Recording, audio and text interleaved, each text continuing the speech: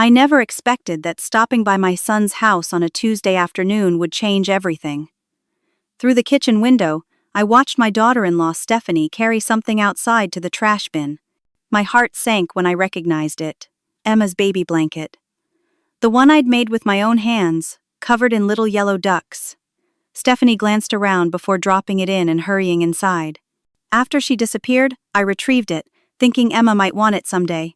At home, spreading it across my bed to wash it, my fingers found something hard sewn deep inside the fabric. I grabbed my sewing scissors and cut the seam open.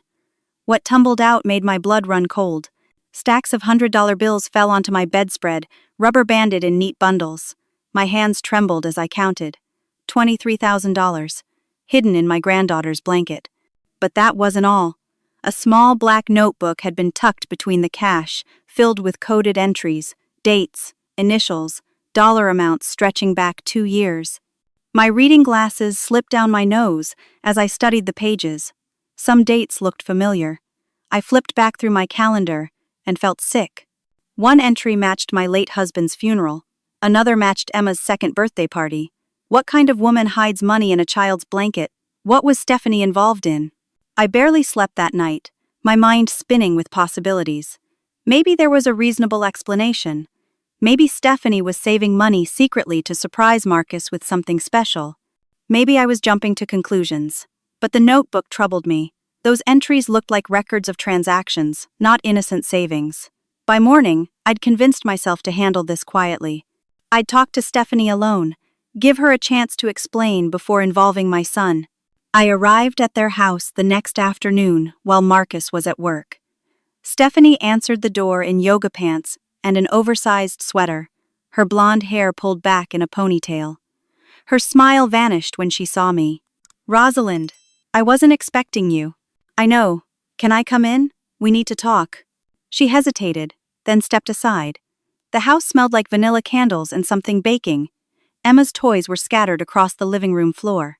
Stephanie didn't offer me coffee or ask me to sit down. She crossed her arms and waited. "I found Emma's blanket," I said carefully. "The one you threw away yesterday." Her face didn't change. "That old thing? It was falling apart. Time for Emma to grow out of baby items anyway." "I found what was inside it, Stephanie." Now her expression shifted. Her eyes narrowed, and a hardness settled over her features I'd never seen before. "I don't know what you're talking about." $23,000. And a notebook with dates and amounts. "Want to explain that?" She laughed, but it sounded forced. "Oh, that's from my side business. I sell handmade jewelry online. Pretty successful, actually. Why hide it in Emma's blanket? Why not put it in a bank account like a normal person?" "That's none of your business, Rosalind. How I manage my money is between Marcus and me." Her voice had turned cold, defensive. "Does Marcus know about this money?" "Of course he does." She said it too quickly, and I knew she was lying. "Then you won't mind if I ask him about it when he gets home." Stephanie's composure cracked. "You took my property. That's theft. Give it back. Now." "Not until you tell me the truth about where this money came from and why you're keeping records like some kind of drug dealer." The words hung in the air between us. Stephanie's face went pale, then flushed with rage. She pulled out her phone and started dialing, her fingers jabbing at the screen. "What are you doing?" She ignored me, speaking urgently into the phone. "Yes, I need police at 42 Maple Street. Someone broke into my home and stole money from our bedroom safe." She was looking right at me as she said it, her eyes cold and calculating. "Stephanie, stop this. You know that's not what happened." $23,000. "Yes, I'm sure. My mother-in-law is here now. She has the money with her." She paused, listening. "Yes, I'll stay on the line." My mouth went dry. "You're lying. I didn't break in." "You know I didn't." "Do I?" "You've been acting strange lately, Rosalind. Forgetful. Confused. Maybe you don't even remember breaking in." Her voice had shifted, becoming syrupy with false concern. She was building a narrative, and I was watching it happen in real time. Within 20 minutes, 2 police officers stood in Stephanie's living room. She was crying now, real tears streaming down her face. She'd always been a good actress. She told them I'd been obsessed with Emma lately, coming by unannounced, questioning her parenting choices.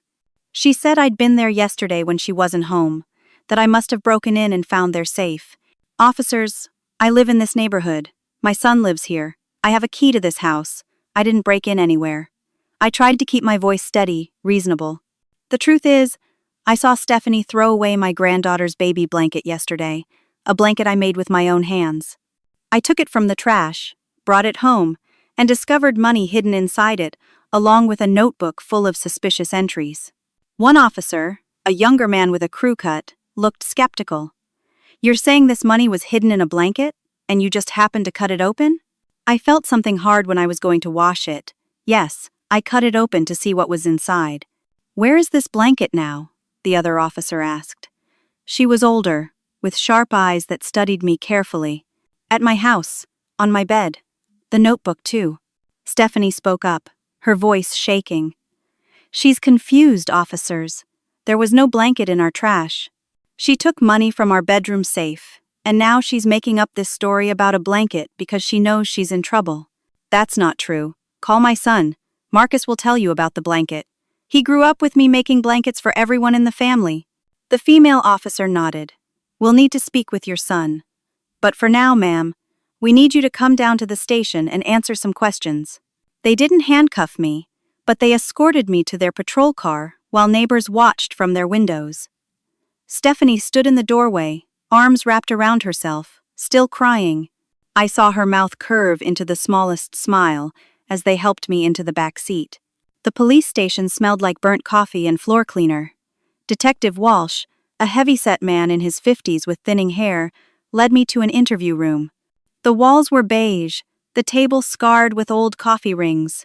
A camera blinked red in the corner. "Mrs. Harding, tell me what happened today." I explained everything. Finding the blanket, the money, the notebook with coded entries.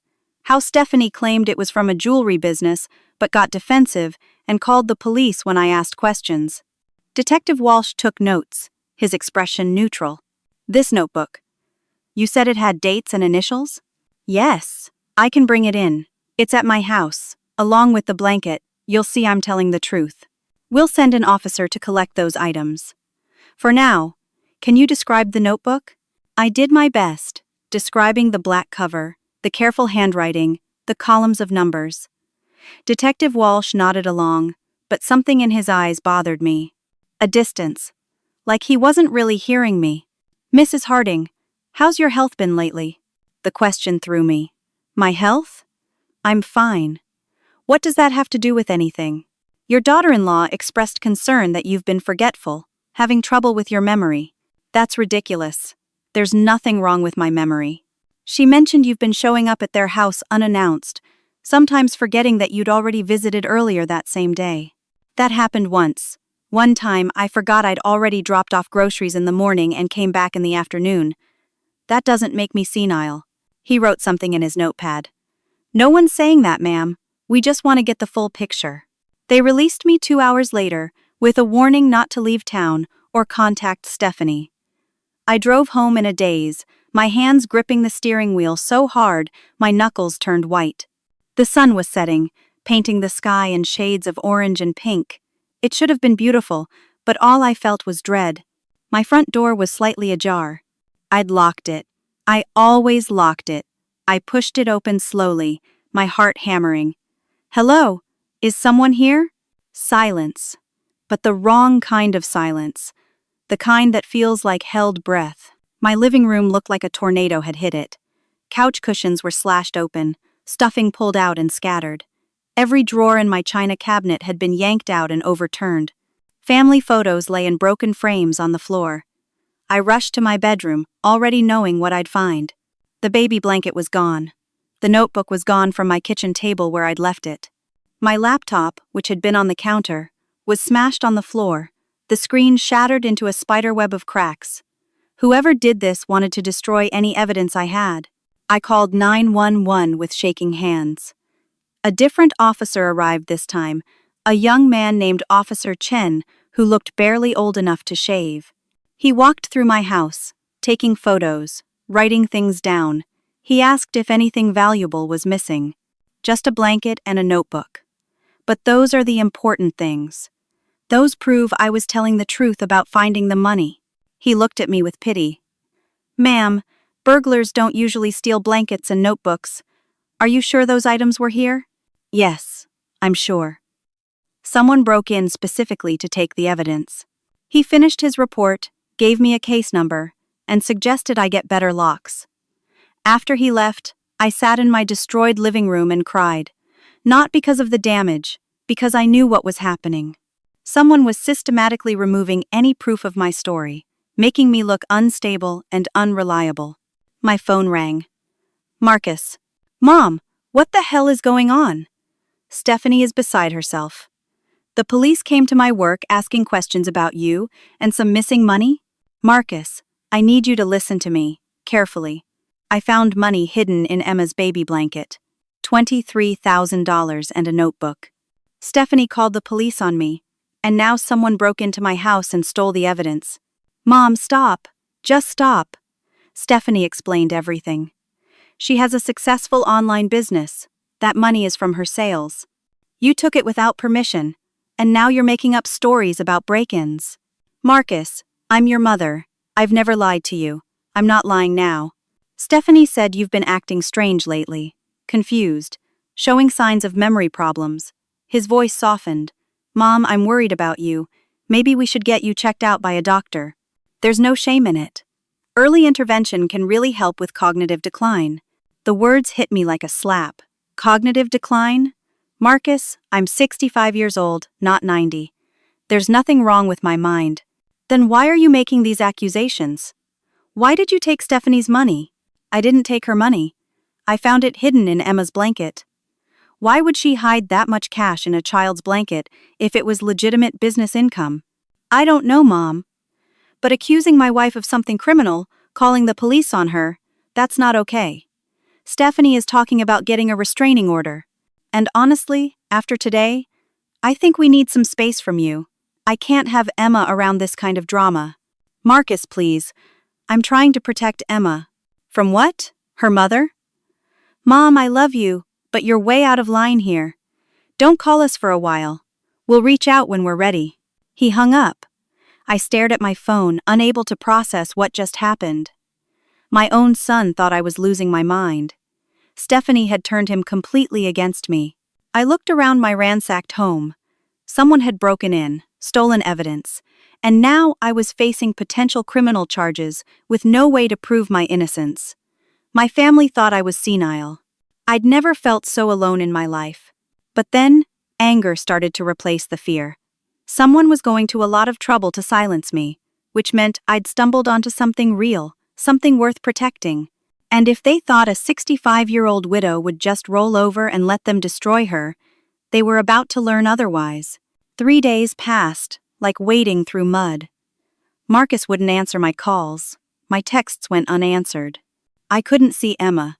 Couldn't even drive past their house without worrying I'd be accused of stalking. The silence from my only child felt like a physical wound.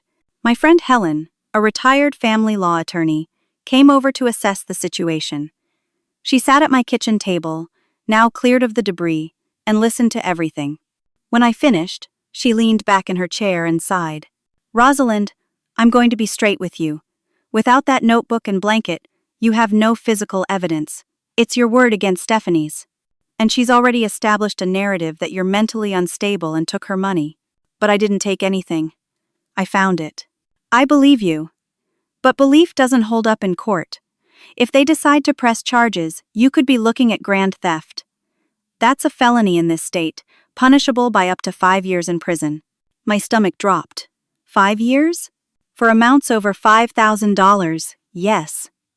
Now, I don't think it'll come to that, especially if they can't prove you actually took money from their home. But the break-in at your house is concerning. Someone definitely doesn't want you talking about what you found. After Helen left, I sat alone in my quiet house. The silence pressed against my ears. I thought about giving up, letting it go, pretending the whole thing never happened. But every time I closed my eyes, I saw Emma's face. Something was wrong in that house. I felt it in my bones. The kind of knowing a mother has, that a grandmother has. Emma wasn't safe with Stephanie. I couldn't go to the police. Detective Walsh had already painted me as confused and unreliable, but maybe someone else in Stephanie's life knew something. Family. Stephanie had a sister, Diane, who lived about 40 miles away in Riverside. We'd met a few times at holidays. She'd always seemed nervous around Stephanie, eager to please her younger sister. The next morning, I drove to Riverside. Diane lived in a small ranch house with peeling yellow paint and an overgrown lawn. I knocked, hoping she'd be home. The door opened a crack, still chained. Diane's face appeared in the gap, her eyes widening when she recognized me. "Rosalind, what are you doing here? I need to talk to you about Stephanie. Can I come in?" She glanced behind her, anxious. "I don't know if that's a good idea." "Please, Diane. It's important. It's about Emma." The mention of her niece made her hesitate. Finally, she unchained the door and let me inside. Her house was neat but sparse, like someone who didn't have money for extras. We sat in her small living room, an old television playing a game show on mute. "What's this about?" Diane asked, her hands twisting in her lap. "Stephanie told Marcus she runs an online jewelry business." "Is that true?" Diane's face went blank. "Jewelry? No. Stephanie doesn't make jewelry. She never has. She told the police she makes thousands of dollars from it." "That's not true. Stephanie works as a bookkeeper for some medical supply company. That's her only job." I leaned forward. "Diane, I found $23,000 hidden in Emma's baby blanket, along with a notebook full of coded entries. When I tried to ask Stephanie about it, she called the police on me and claimed I stole the money from her safe." Diane's face went pale. Her hands started shaking. "Oh God, she's still doing it." "Doing what?" "I can't. I shouldn't talk about this." "Diane, please. My granddaughter might be in danger." She stood up, pacing to the window, looking out at the street. Her voice dropped to barely above a whisper. 2 years ago, after our mother got sick, the medical bills were crushing. Stephanie couldn't afford them. She borrowed money from someone. Someone bad. I told her not to, but she wouldn't listen. She's been paying them back ever since. Who did she borrow from? I don't know names. But she's been doing work for them. Something with her job at the medical supply company. I think she's cooking the books, helping them steal or something. The money she gets, that's her payment.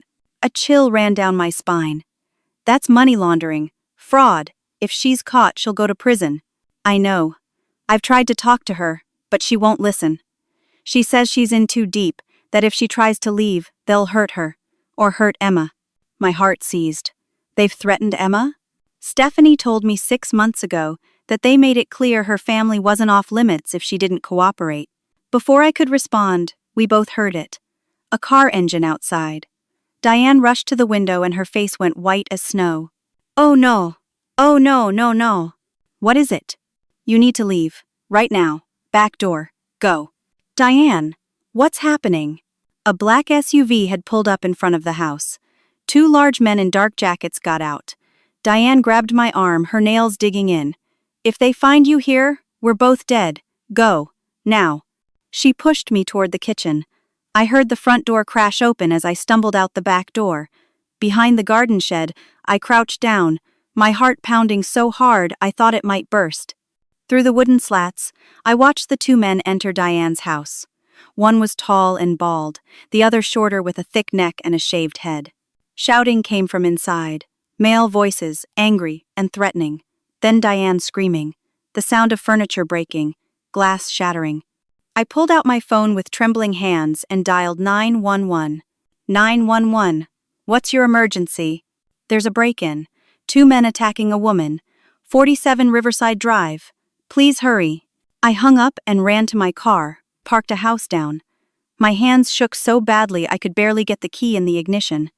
As I pulled away from the curb, I saw the black SUV in my rearview mirror. It pulled out behind me, following. They weren't being subtle. They wanted me to know they were there. I got on the highway, hands gripping the wheel, checking my mirror every few seconds. The SUV stayed 3 car lengths behind. My phone rang. Unknown number. I answered on speaker. "Stop asking questions, old woman." The voice was male, rough, with a faint accent I couldn't place. "Or your granddaughter will pay the price. We know where she goes to preschool." We know her schedule. Walk away from this and she stays safe. Keep digging, and we'll make sure you watch her suffer before we finish you." The line went dead. In my mirror, the SUV turned off at the next exit, disappearing as quickly as it had appeared. I pulled over on the shoulder, my whole body shaking. I sat there for 10 minutes, trying to breathe, trying to think. They'd threatened Emma. Directly, specifically. These weren't empty words. These were people who had already hurt Diane. People who had Stephanie trapped. People who didn't hesitate to use violence. I was in over my head. Way over my head. And now my granddaughter's life was on the line. I drove home in a fog of terror. Every car behind me looked suspicious. Every dark vehicle made my heart race. When I finally pulled into my driveway, I sat in the car for a long time, unable to move. The threat played over and over in my mind. They knew where Emma went to preschool. They knew her schedule. Inside, I locked every door and window. Then I called Helen again. She answered on the second ring. "I need the name of that private investigator you mentioned, the one who used to be FBI. Rosalind, what happened?" I told her about Diane, the break-in, the black SUV, the phone threat. When I finished, she was quiet for a long moment. "This is bigger than I thought. These aren't petty criminals. Be very careful. I'll text you Jack's number. But Rosalind, if they've threatened Emma, maybe you should consider backing off. Let the authorities handle this." "The authorities? Detective Walsh is either incompetent or on their payroll. I can't trust the police." "Then what are you going to do?" "I don't know yet. But I can't let them hurt Emma." After we hung up, I stared at Jack's number for a full minute before calling. He answered on the fourth ring, his voice gruff but professional. "This is Jack Morrison." I explained who I was and how I got his number. Then I told him everything: the money, the notebook, Stephanie's involvement with dangerous people, the threats. He listened without interrupting. "You're dealing with organized crime, Mrs. Harding. These people don't mess around. They've already shown they're willing to use violence. Can you help me? I can look into it. But I need to be clear with you. This kind of investigation is expensive and potentially dangerous. And if what you're telling me is true, we're talking about exposing a major fraud operation. That puts a target on both our backs." "How much?" He quoted a number that made me wince. My savings weren't unlimited, and with the house fire damage, money was tight. But what choice did I have? Do it. Whatever it takes to protect Emma and expose what they're doing. I'll start with background checks on Stephanie and this medical supply company. Give me a few days. While I waited, another blow came. A courier delivered a thick envelope 3 days later. Inside was a petition for a restraining order. Stephanie was suing to keep me away from her, Marcus, and Emma. The document painted me as an unstable, dangerous person who'd made threats and false accusations. It included printed text messages allegedly from my phone to Stephanie's, messages full of angry, threatening language. I'd never sent those messages. Someone had spoofed my number or created fake screenshots, but they looked real, complete with timestamps and my profile picture. The court hearing was scheduled for the following Tuesday. 5 days away, Helen came over immediately when I called her. She reviewed the documents, her expression growing darker by the minute. "These text messages are fabricated, but proving that in court will be difficult.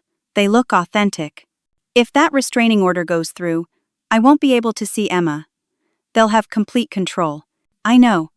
I'll represent you at the hearing. We'll fight this. But Rosalind, you need to prepare yourself for the possibility that we might lose." That night, Jack called with his preliminary findings. "Your daughter-in-law's financials are interesting. She makes $42,000 a year as a bookkeeper, but she's been depositing large amounts of cash into her accounts every month. $5,000 here, $8,000 there. The deposits match the dates in that notebook you described. Can you prove where the money's coming from?" "Working on it. I traced the medical supply company she works for. Midwest Medical Solutions. It's currently under federal investigation for Medicare fraud and prescription drug diversion." "Drug diversion?" "Stealing prescription medications, particularly opioids, and selling them on the black market. The feds have been watching them for months. Your daughter-in-law is their inside person, falsifying records to cover the thefts. Oh my God. There's more. Detective Walsh, the one who interviewed you? His brother-in-law owns Midwest Medical Solutions. That's why he's been protecting Stephanie and making you look unreliable. He's part of the operation. Everything clicked into place. The money, the threats, the cover-up. Stephanie wasn't just a bookkeeper caught up in something over her head. She was actively participating in a criminal enterprise that stole medications and defrauded Medicare. And when I found that money, I'd become a threat to the entire operation. Jack, I need solid evidence. Something that will hold up in court and protect Emma. I'm working on it, but Mrs. Harding, you need to know something. Tomorrow I have to go dark for a while. Someone's been following me. They know I'm investigating. I need to disappear until I can gather enough evidence to bring to the FBI field office in Chicago. How long? A week, maybe 2. Keep your head down until then. Don't do anything to draw their attention. What about the restraining order hearing? Fight it, but be prepared to lose. Right now, they hold all the cards. We need to change that. That night, I woke to the smell of smoke. Thick and acrid, seeping under my bedroom door. I stumbled out of bed, coughing, my eyes burning. The hallway was filled with gray smoke. I dropped to my hands and knees, crawling toward the front door, the way we'd learned in elementary school fire drills a lifetime ago. The smoke was coming from the garage. Flames licked at the door frame, orange and hungry. I made it outside, barefoot in my nightgown, and called 911 from the lawn while my garage burned. Neighbors came out in their robes and pajamas. Fire trucks arrived, sirens wailing into the quiet night. The fire marshal said later it was suspicious origin, probably arson, but they had no suspects, no witnesses, just my garage destroyed and smoke damage throughout my house. Another warning. Another escalation. I couldn't stay there. A friend from church, Patricia, offered her spare room. I packed a bag and moved in that night, too afraid to sleep in my own home. The restraining order hearing was in 2 days. Jack was in hiding. My house was damaged. My son wouldn't speak to me. And somewhere, my 3-year-old granddaughter was living with criminals who'd already proven they'd hurt anyone who got in their way. I'd never felt so helpless, so completely outmatched. They were winning, and I was losing everything. The courthouse smelled like floor polish and old paper. I sat next to Helen at a scarred wooden table, my hands folded to stop them from shaking. Across the aisle, Stephanie sat with a lawyer in an expensive suit, a man with silver hair and cold eyes who probably charged $500 an hour. Marcus was there too. He wouldn't look at me. The judge, a stern woman in her 50s, named Judge Patricia Morrison, reviewed the petition. Stephanie's lawyer stood and presented his case. He painted a picture of a troubled, unstable woman who couldn't accept that her son had his own family. He showed the fake text messages, enlarged on a screen for everyone to see. He called them threatening, harassing, evidence of escalating dangerous behavior. Then Stephanie took the stand. She wore a modest blue dress, her hair pulled back, minimal makeup. She looked like a concerned mother, vulnerable and afraid. Her testimony was perfect, practiced.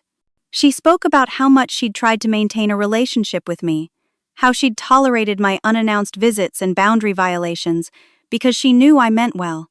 But then I'd broken into her home and stolen their savings. When confronted, I'd become aggressive and delusional, insisting the money had been hidden in a baby blanket. "Your Honor, I'm afraid for my daughter's safety," Stephanie said, her voice breaking at just the right moment. "Mrs. Harding has become fixated on Emma. I think she's having some kind of mental break. I don't want to hurt her or embarrass her, but I need to protect my child." Helen cross-examined her, but it was like punching smoke. Stephanie had an answer for everything, delivered with perfect emotional calibration. When Helen brought up the jewelry business Stephanie had claimed, Stephanie admitted she'd been embarrassed about her financial situation and exaggerated her online sales. Just a small lie born of pride, nothing more. Then it was my turn to testify. I explained about finding the blanket, the hidden money, the notebook. I told the truth about everything. But without evidence, with just my word against hers, I could see the judge's skepticism. I sounded exactly like what Stephanie claimed, a confused old woman with delusions. Helen did her best. She presented my clean record, testimonials from friends about my mental competence, evidence that my house had been vandalized and set on fire.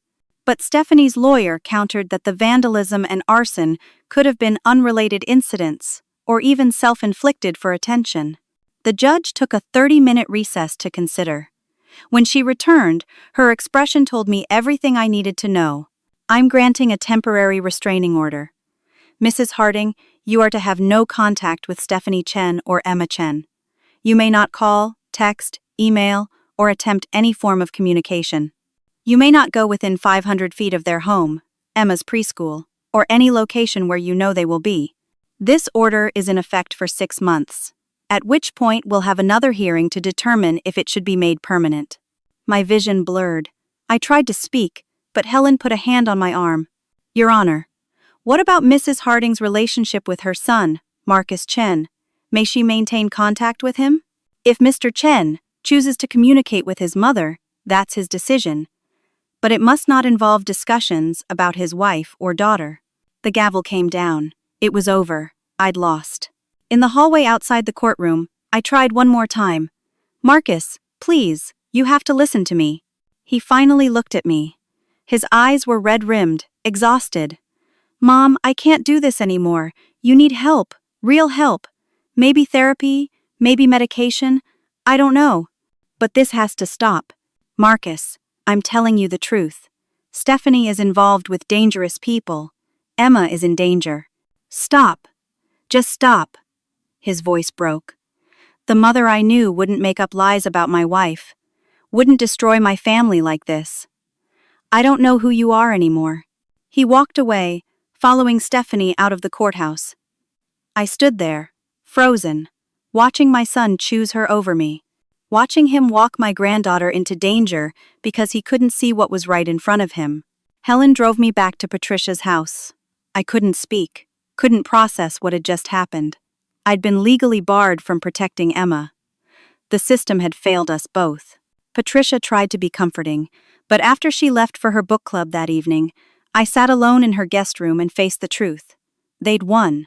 Stephanie, and whoever she worked for, had systematically destroyed my credibility, isolated me from my family, and ensured I couldn't interfere. Jack was in hiding, unable to help. The police wouldn't listen. The courts had sided against me. I had nothing left to fight with.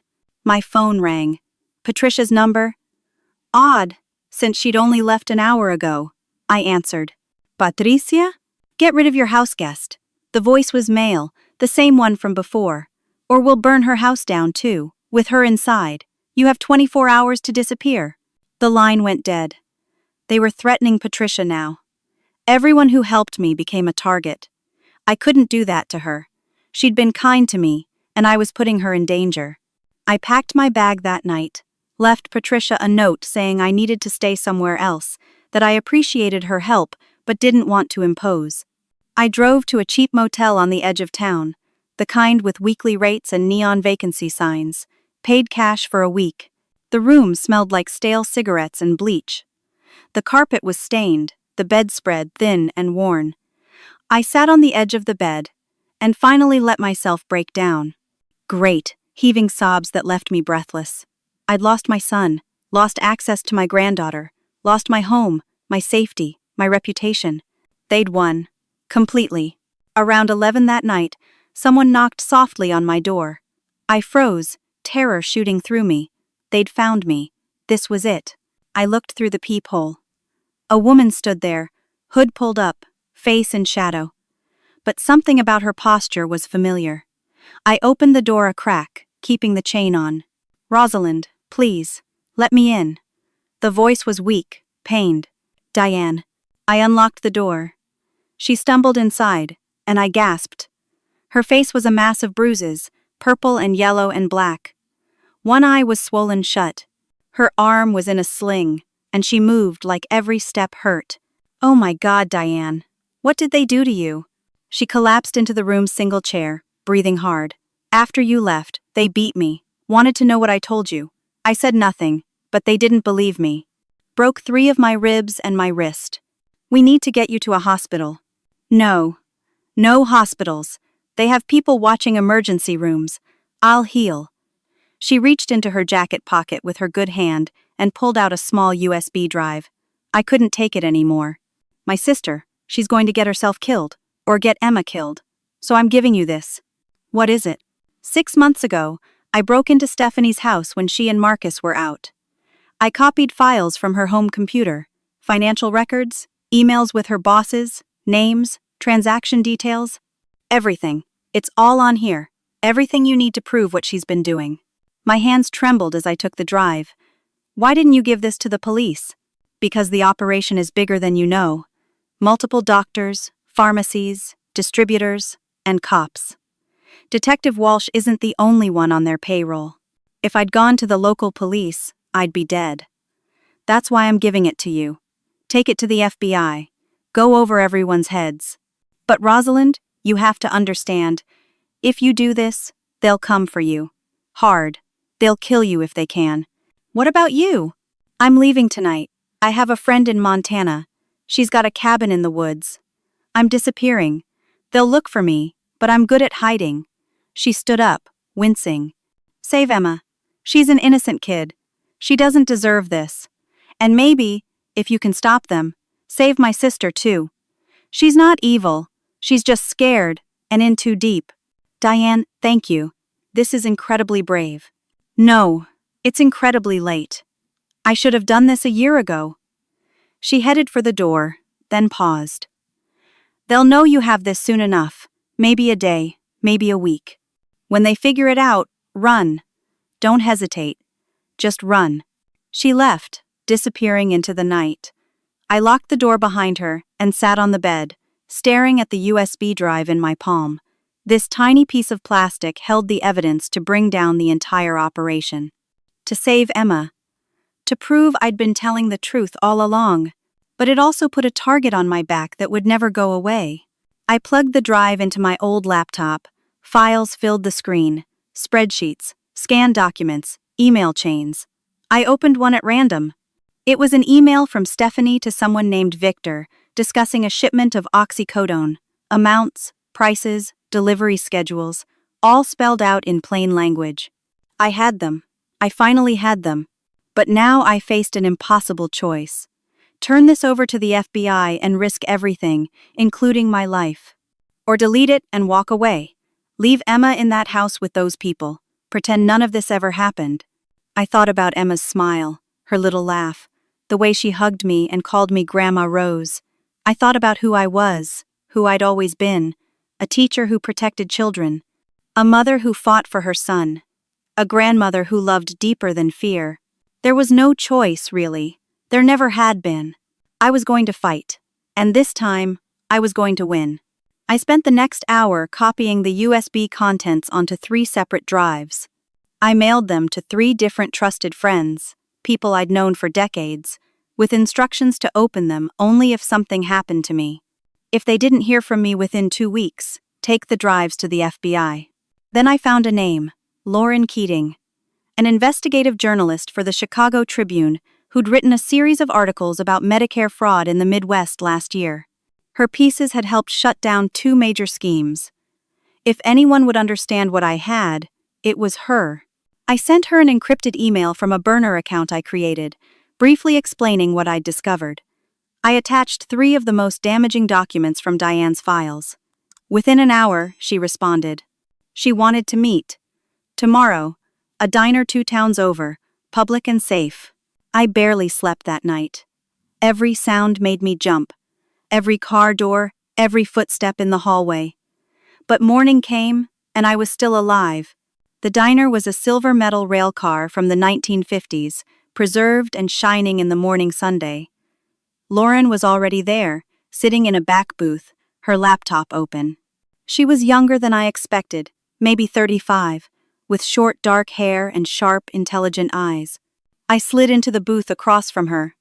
She studied me for a moment. You look scared. I am scared. These people have threatened to kill my granddaughter. Tell me everything. I did. The whole story, start to finish. She took notes, asked clarifying questions, never interrupted.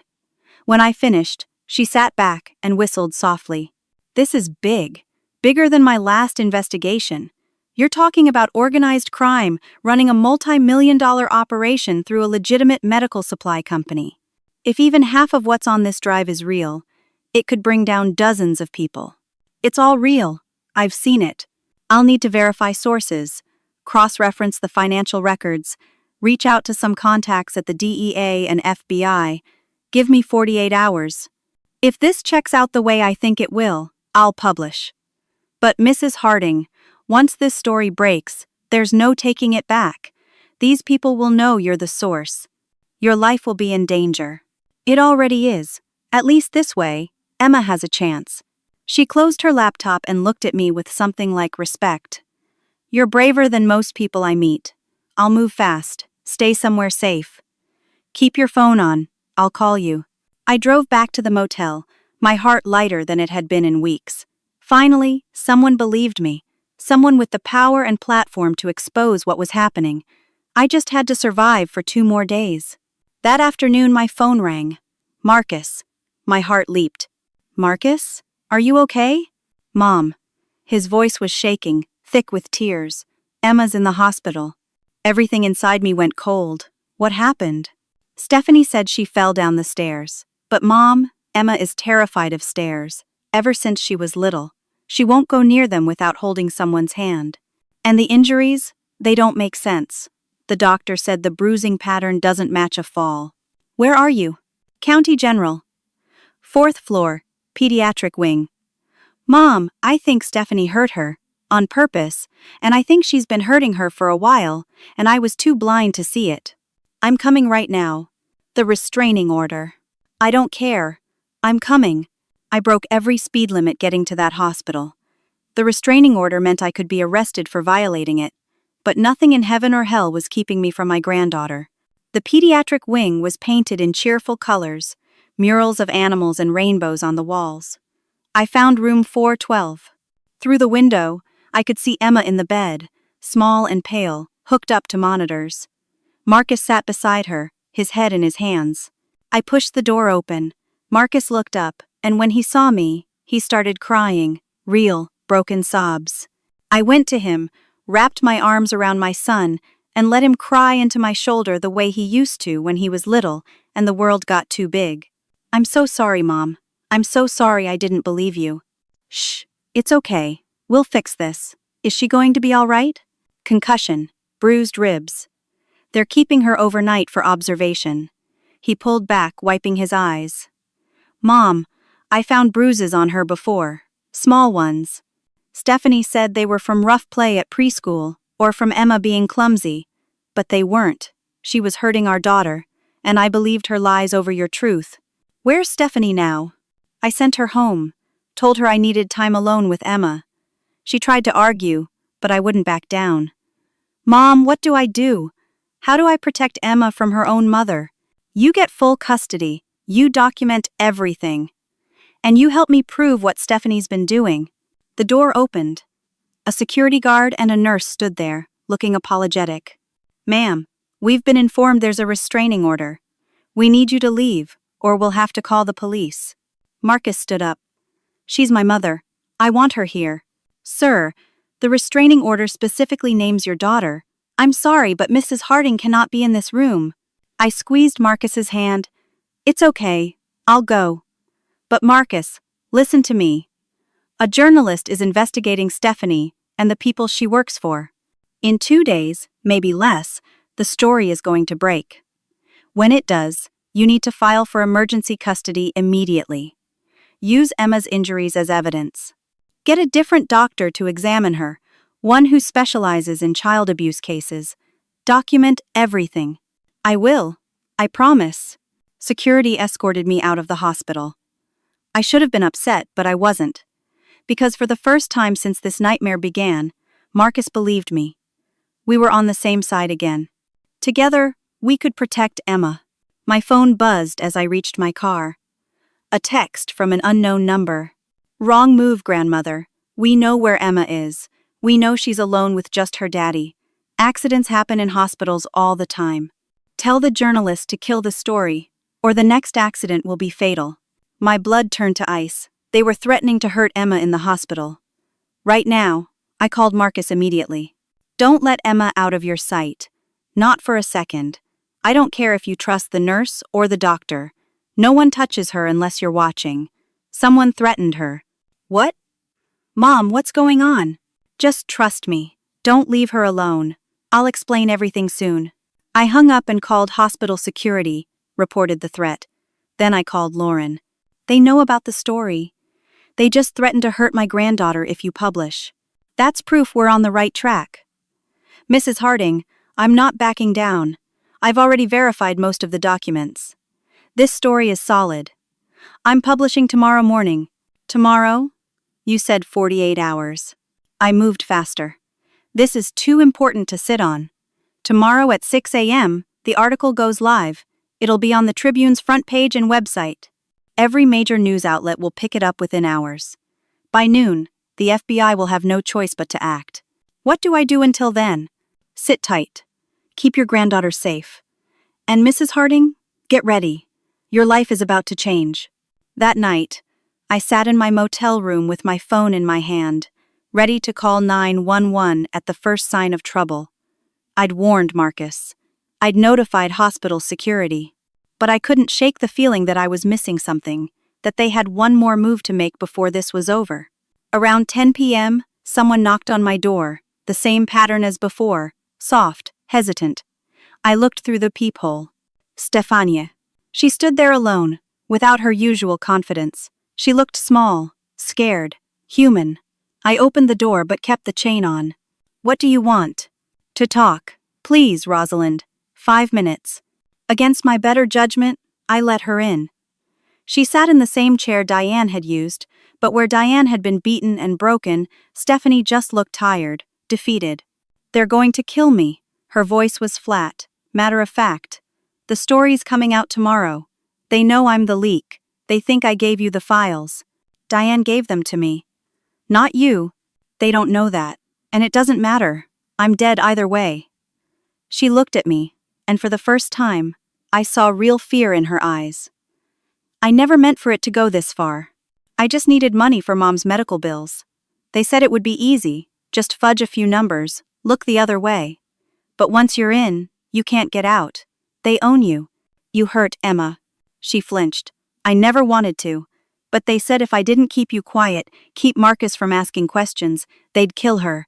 So I pushed her down the stairs. Not hard enough to really hurt her, just enough to send a message. To show you I'd do what they said.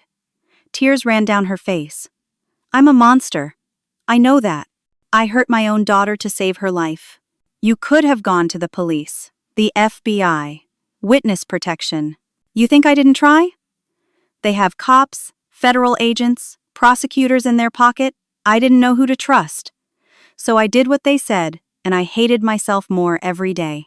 Why are you telling me this now? Because tomorrow, when that story breaks, I want you to know I'm sorry. I want you to tell Emma someday that her mother loved her, even though I did terrible things, and I want to help you finish this. She pulled a piece of paper from her pocket and handed it to me. Names, addresses, phone numbers. These are the people running the operation, the real players. Give this to your journalist. Make sure they all go down. She stood to leave. I should have felt satisfaction, vindication, but all I felt was sad. Stephanie, you could still turn yourself in. Cooperate with the FBI. They'd protect you and Emma. It's too late for that. But it's not too late for Emma. Take care of her, Rosalind. Be the grandmother she deserves. She left. 20 minutes later, my phone buzzed with a news alert. Breaking. Local woman dies in apparent suicide. Stephanie Chen, 32, was found in her car in a grocery store parking lot, dead from carbon monoxide poisoning. Police are investigating but say there are no signs of foul play. I stared at the screen, numb. Stephanie was dead. Whether she really killed herself or they made it look that way, I'd never know, but she was gone. And tomorrow, the story would break. The truth would finally come out. I just had to survive the night. Lauren's article went live at 6 a.m. I watched it appear on the Tribune website, the headline stark and damning, Massive Medicare Fraud Ring Exposed. Medical supply company, at center of multi-million-dollar opioid scheme. The piece was devastating, detailed, thoroughly sourced, naming names. The medical supply company, Midwest Medical Solutions. Detective Walsh and his brother-in-law. 3 doctors who'd been writing fake prescriptions. 2 pharmacies that filled them. Stephanie's role as the inside bookkeeper who falsified records. The stolen medications, the fraudulent Medicare billing, the cash payments, everything. Within an hour, it was everywhere. CNN picked it up, Fox News, NPR. Social media exploded. By 8 a.m., federal agents were raiding the warehouse. I watched it on live television, sitting in my motel room, hardly able to believe it was real. Detective Walsh was arrested at his home, led out in handcuffs in his bathrobe. The company owner tried to run, but was caught at the airport. 3 doctors, 2 pharmacists, 6 others. The operation collapsed like a house of cards. My phone rang. Marcus. Mom, turn on the news. They're saying Stephanie was part of a criminal organization. I know, honey. I'm watching. She's dead, Mom. Stephanie's dead. They're calling it suicide, but I don't think it was. His voice broke. I have so many questions and no answers. I know. I'll explain everything when I see you. How's Emma? Scared. Confused. She keeps asking for Stephanie, and I don't know what to tell her. Tell her the truth, in a way she can understand, that her mama made some bad choices, but she loved Emma very much, and that you and I will keep her safe now. Helen called next. Rosalind, you did it. All charges against you have been dropped. The restraining order is void. You're completely clear. Then Lauren. Mrs. Harding, the FBI wants to talk to you. They need your testimony about everything that happened.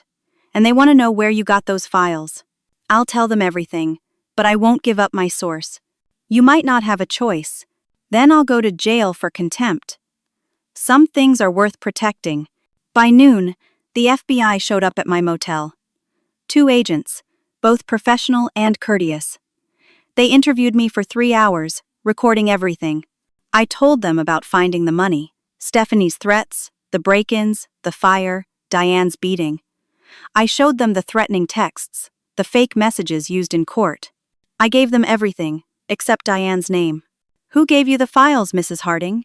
A confidential source who feared for their life. We can offer protection. No, I gave my word. They weren't happy, but they had enough. The files I'd provided, combined with what they seized in the raids, painted a complete picture of the operation. Arrests continued throughout the day. By evening, 23 people were in custody. Marcus filed for emergency custody of Emma that afternoon. With Stephanie dead and evidence of child abuse, it was granted immediately. Child Protective Services opened an investigation into Emma's injuries. The doctor's report confirmed the bruising patterns were consistent with intentional harm, not accidents. Emma would need therapy, probably for years, to recover from what her mother had done. But she was safe now. 2 weeks later, Detective Walsh and 7 others were formally charged with federal crimes: Medicare fraud, drug trafficking, racketeering, conspiracy. The trials would take months, maybe years. But the operation was finished. My house repairs were completed. Insurance covered most of the damage. I moved back in, changed all the locks, installed a security system. Patricia helped me repaint the walls and replace the destroyed furniture. Slowly, it started feeling like home again. Marcus and Emma moved in with me temporarily while he figured out his next steps. The divorce was straightforward since Stephanie was dead, but Marcus was drowning in legal bills and emotional trauma. Having us all under one roof helped. We healed together. Emma had nightmares at first. She'd wake up crying, calling for her mother. I'd sit with her, hold her, sing the lullabies I'd sung to Marcus when he was little. Gradually, the nightmares came less frequently. She started laughing again, playing, being a little girl. I made her a new blanket, this one covered in butterflies, purple and blue and yellow, bright and cheerful. She slept with it every night, and sometimes I'd find her holding it tight, talking to it like it was a friend. 6 months after everything happened, the trials began. I testified in 3 of them, told my story in court, under oath, to judges and juries. Every time was hard, reliving those dark months. But every conviction made it worth it. Detective Walsh got 12 years. The company owner got 15. The doctors and pharmacists got varying sentences. Justice was slow, but it came. One evening, Marcus found me in the kitchen, making dinner. Emma was in the living room, watching cartoons, her new blanket wrapped around her shoulders. "Mom, I never thanked you properly." "For what?"